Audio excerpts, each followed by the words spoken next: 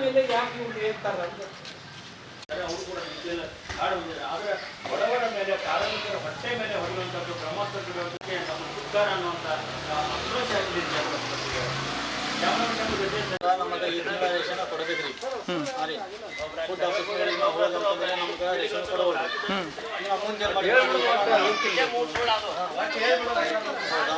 ನಮಗೆ ಈ ತಿಂಗಳ ಮಾತ್ರ ರೇಷನ್ ಯಾವ ಕಾರಣ ಕೊಡೋದು ಮಾಡ್ರಿ ಅವ್ರೇನು ಇನ್ನು ಮಟ್ಟ ಏನು ಹೇಳಿಲ್ರಿ. ನಿಮ್ಮ ಆದಾಯ ಅದ್ರ ಸಂಬಂಧ ರದ್ದು ಮಾಡುವಂತ ಏನ್ ಹೇಳಿಲ್ಲ. ಈಗ ನಾವು ಏನ್ ಮಾಡ್ಬೇಕ್ರಿ? ಈ ತಿಂಗಳ ನಾವು ಏನ್ ತಿನ್ಬೇಕು? ನಮಗೆ ಈ ತಿಂಗಳ ಮಾತ್ರ ರೇಷನ್ ಬೇಕು ಅಂದ್ರೆ ನಾವು ಹೋರಾಟ ಮಾಡ್ತೀವಿ. ಬಂದ್ರೆ ಸಾವಿರಾರು ಮಂದಿ ಕೊಡ್ತಾರ, ಕುಡಿದ ಮೇಲೆ ನಾವು ರೋಡ್ ಬಂದ್ ಮಾಡಿ ಹೋರಾಟ ಮಾಡ್ಬೇಕು ಅಷ್ಟೇ.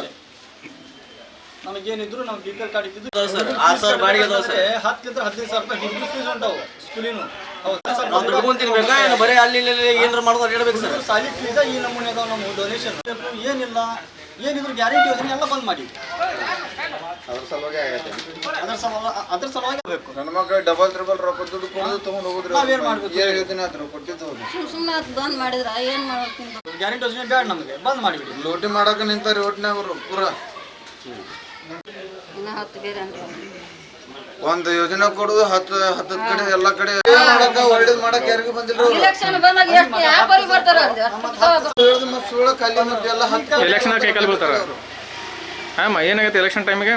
ಎಲೆಕ್ಷನ್ ಟೈಮ್ ಮನೆಗೆ ಬರ್ತಾರ ಅಂತ ಹೇಳ್ತಾರ. ಮನೆಗೆ ಬರ್ತಾರ್ರಿ ಎಲೆಕ್ಷನ್ ಹಾಕ್ರಿ ಅಂತ ಹೇಳಿ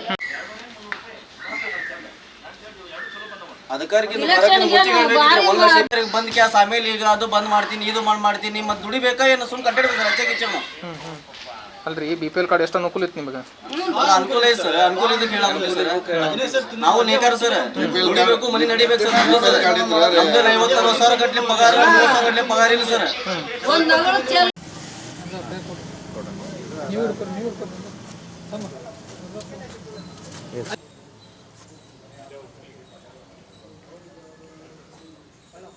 ಈಗ ಈ ತಿಂಗಳಿಂದ ಬಂದಿರನ್ರಿ?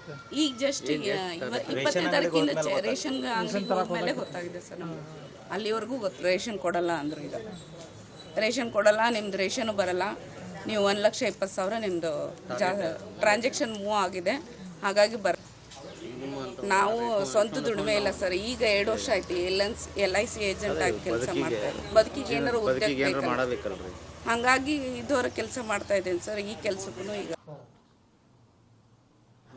ಬಿಪಿಎಲ್ ಕಾರ್ಡ್ ಕನ್ವರ್ಟ್ ಆಗೈತೆ. ಬಿಪಿಎಲ್ ಕಾರ್ಡ್ ಬಂದಾಗಿವನಾಗೈತೆ, ಜನ ನೋಡಿದ್ರೆ ನಮ್ಗೆ ರೇಷನ್ ಸಿಗೋಲ್ತ ಅಲ್ಲ. ಈಗ ಎಲ್ಲರೂ ಕನ್ವೀನಿಯನ್ಸ್ ಆಗ್ಯಾರ. ಜನ ಮನ್ಯಾಗ ಇಬ್ಬರು ದುಡಿಯೋರು ಹೊರಗಡೆ ಅದಾರ. ಅವರು ಆದಾಯ 25-30 ಸಾವಿರ ರೂಪಾಯಿ ಐತೆ ಅಂತ ಒಪ್ಕೊಂತಾರೆ. ಜನ ನೌಕರಿ ಮಾಡುವಾಗ ಆದಾಯ ಹೆಚ್ಚಾಗ್ಯಾರ. 43 ಕಾರ್ಡ್ ಈಗ ಸದ್ಯ ಜಿಲ್ಲಾದಾಗ ಟೋಟಲ್ ಎಷ್ಟಾಗಿವೆ ಅಂದ್ರೆ ಜಿಲ್ಲೆ ಎಷ್ಟಾಗಿವೆ ಅಂದ್ರೆ ಸರ್? ನಮ್ಮಲ್ಲಿ ಈಗ 13 ಮಾನದಂಡಗಳನ್ನ ಒಳಗಿರುವಂಥ ಪಡಿತರ BPL ಕಾರ್ಡ್ದಾರರಿಗೆ ಏನಂತಲ್ಲ ಅಂಥದ್ದೊಂದು ನಾವು ಆನ್ಲೈನ್ ಅವ್ರದ್ದು ಮಾಹಿತಿ ತೆಗ್ದೀವಿ.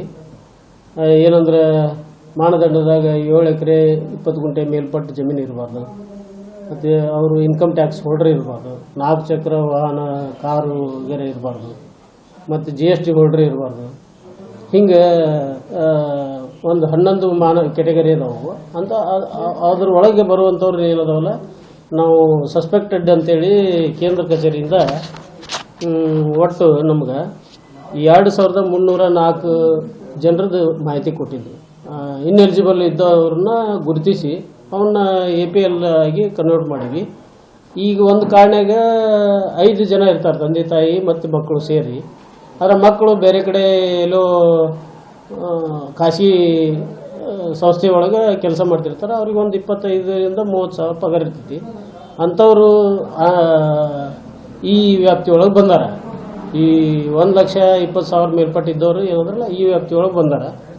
ಅಂಥವ್ರು ನಾವು ಈಗ BPLದಿಂದ APLಗೆ ಕನ್ವರ್ಟ್ ಮಾಡೀವಿ ಸರ್. ಅವು ಈಗಾಗಲೇ 3 ವರ್ಷದ ಹಿಂದ್ಗಡೆ ಆಗಿದ್ವು. ಅವನ್ನ ಹಂತವಾಗಿ ಪರಿಶೀಲನೆ ಮಾಡ್ಕೊತ ಬಂದೀವಿ.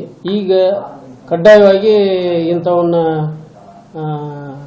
ತೆಗೆದುಹಾಕ್ಬೇಕಂತ ನಿರ್ದೇಶನ ಇರೋದ್ರಿಂದ ಮಾಡಿ. ಹೆಚ್ಚಿನ ವಿಡಿಯೋಗಳಿಗೆ ಪ್ರತಿಧ್ವನಿ ಯೂಟ್ಯೂಬ್ ಚಾನೆಲ್ ಸಬ್ಸ್ಕ್ರೈಬ್ ಮಾಡಿ, ಬೆಲ್ ಐಕಾನ್ ಕ್ಲಿಕ್ ಮಾಡಿ.